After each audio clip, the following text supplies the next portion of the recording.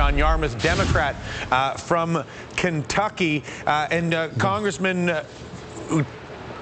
how does anybody in your position, however well-intended you or one of your colleagues may well be on a given day, on a given morning, we know that you guys are not all terrible human beings, that there is an intent and desire that varies from person to person and issue to issue and day to day to actually provide constructive results. How is it that you or anybody can move to be respected with the integrity of your intent, as opposed to the disrespect that is offered everybody in your office because of money, politics, and all the rest of it? Well, it's pretty obvious, Dylan, that this is a broken system. I don't think there are many people out there in the country who think it's working the way it should. Money has an incredible influence on it. It influences the way we spend our time. We have people calling all over the country, talking to strangers, asking them to give money, and the only reason they would give it is if they can count on their adherence to an ideological position. So, it's tough. All you can do is go home, try to educate to the best you can your voters on what you're doing, and try to do your casework and fight for reforms like the ones that you are working so hard on and that we're working on to try and get money out of politics. Yeah, well, let's talk about that a little bit. But before we do, connect for me the role of money in politics with the absurdity of this debate that we're stuck in right now. What is going on in the posturing of these politicians' behavior that's either enhancing their ability to raise money and or that they're hesitant to breach a given issue for fear of losing money? There is one financial hook in this whole issue, and that's related to the taxes on incomes over $1 million. This is kind of where the real sticking point is. Both sides agree we want to extend the payroll tax holiday for a year and extend unemployment benefits. We want to pay for it by a surcharge on incomes over $1 million. The Republicans would be willing to raise taxes on 160 million people to prevent those millionaires from paying a little bit more. That's where their bread and butter comes from. But really, I think the major issue here right now is re-election, and people, particularly on the Republican side, are scared to death to be getting a primary challenge from right of them. Yeah. Let's talk about your amendment. This is in the context of the Great 28 debate, right, and is a welcome development, I think, for everybody in this country. And yours is the one that most aggressively that I've seen comes right out of the gate and says, forget corporations and people. Let's just say forget it. But you really emphasize that money is not speech, that money is property. You say financial expenditures or in-kind equivalents, soft dollars, right, with respect to a candidate for federal office without regard to whether or not a communication expressly advocates the election or defeat of a specific candidate, shall not constitute protected speech. Money is not speech is the first thing that you say in your amendment. That's remarkably attractive to a man of my sort of principled persuasion, if you will. But why is that such an important, why is that your lead? Well, this is the heart of the Citizens United decision. It doesn't really matter whether corporations are considered people or not if you consider campaign expenditures as free speech, because then it doesn't matter who has access to that right.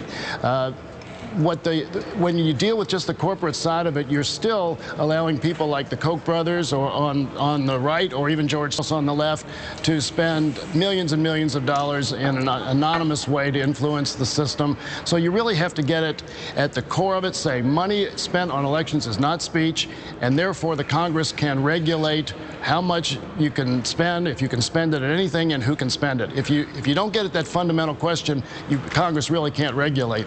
Isn't it empirically observable that money is property? I mean, why is it? How did this become a philosophical argument? I have some money. I've got money in my pocket right now, believe it or not. And the only plausible use that I can think of for it is to acquire some type of property. I might be able to buy myself a cup, or perhaps I could buy myself a mouse for my computer. I could even buy myself a telephone. This is a fancy new telephone. The battery always runs out, so don't spend too much money, but right, you can get one of these. Where did we lose the concept that money is by definition property, and that property by definition is a fixed object that is not speech, obviously? Well, I don't think the founding fathers ever really thought about the fact that people would be going out and spending tens of thousands of dollars buying campaign ads. They wanted the right of the individual to go to the town square and say whatever he or she wanted to say. Everybody still has that right. This whole idea of money as speech is something that has been fabricated by those who want to buy influence in the system. And people like my Senator Mitch McConnell have been pounding this home for 25 years now, and they finally got it institutionalized in a Supreme Court decision. It was very, very tragic for the country. Yes, but fortunately we're smart people, and I think we know that money is property, and we will be able to fix this. There's lots of screwed up things have happened in a lot of places. Human beings have this bizarre thing where we get to make new decisions every day, and we should take advantage of that. Second item in your amendment, section 2 of your amendment, Congress shall have the power to enact a mandatory public financing system to provide funds to qualified candidates for federal office, which shall be the sole source of funds raised or spent with respect to federal elections. Couple of issues here. Why should the Congress shall have the power? Well, how about mandating the Congress must do this? Why give a bunch of Congress people with a history of getting bought any discretion? Well, that's a good question, and we would have liked to have done it that way. Most of the advice we got was that it would be you really can't tell the Congress to enact a certain policy. So we basically empower the Congress, and I think, you know, with the type of movement that you're generating and the fact that the American people understand how broken the system is, I think there's going to be mounting public support for a major initiative to change the system and to go to a public financing system. Which is awfully exciting. It sure does feel nice to feel like we have a road forward. If we basically choose, we just have to decide to do it. If we decide to do it, it'll happen. Absolutely. Section 3, Congress shall set forth a legal public holiday for purposes of voting in regularly scheduled elections of federal office. Jimmy Williams, as you know, put that in the draft of one of the original Get Money Out amendments going back to August. Why is that such a big deal? Obviously, I love it, but I'm interested to hear why you think that's so consequential that it should live in parallel to a section that defines money being property rather than speech. We need to have a national commitment to voting and to get out the vote, to make it easier for people to do it. The idea that people have to negotiate work and child care and all of these other logistical things to cast a vote for the most important thing they'll do as a citizen is nonsense. So this is the best way to do it, just to say in the Constitution, there has to be one day when you're allowed to vote. Your thoughts on Australia, who gives you a fine on your taxes if you don't vote? Those guys aren't kidding around, Congressman. Yeah, I don't think the libertarian spirit in the United States would allow that, but